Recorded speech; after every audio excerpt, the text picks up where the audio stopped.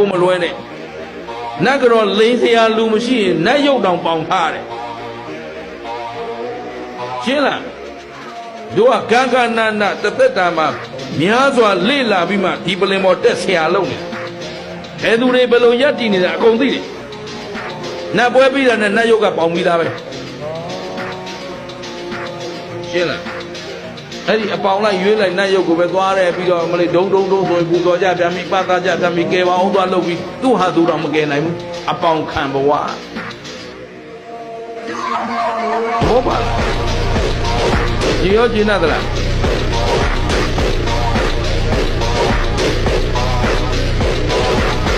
ကျွေးရောလိုက်တာဗျာနှမျောကြကောင်းလိုက်ကြည့်လေကဲဘဘဲမောင်တဲ့နဲ့လူတိုင်းအိမ်ဦးမဘဘဲမောင်တဲ့နဲ့သူ့ညမကိုဘယင်ကသိမ့်လို့ဒေါသတွေထွက်ပြီးတော့သေရတာလေ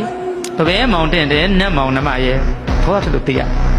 ကိုကြီးကျော်စိတ်ဆိုးပြီးဒေါသတော့သေရ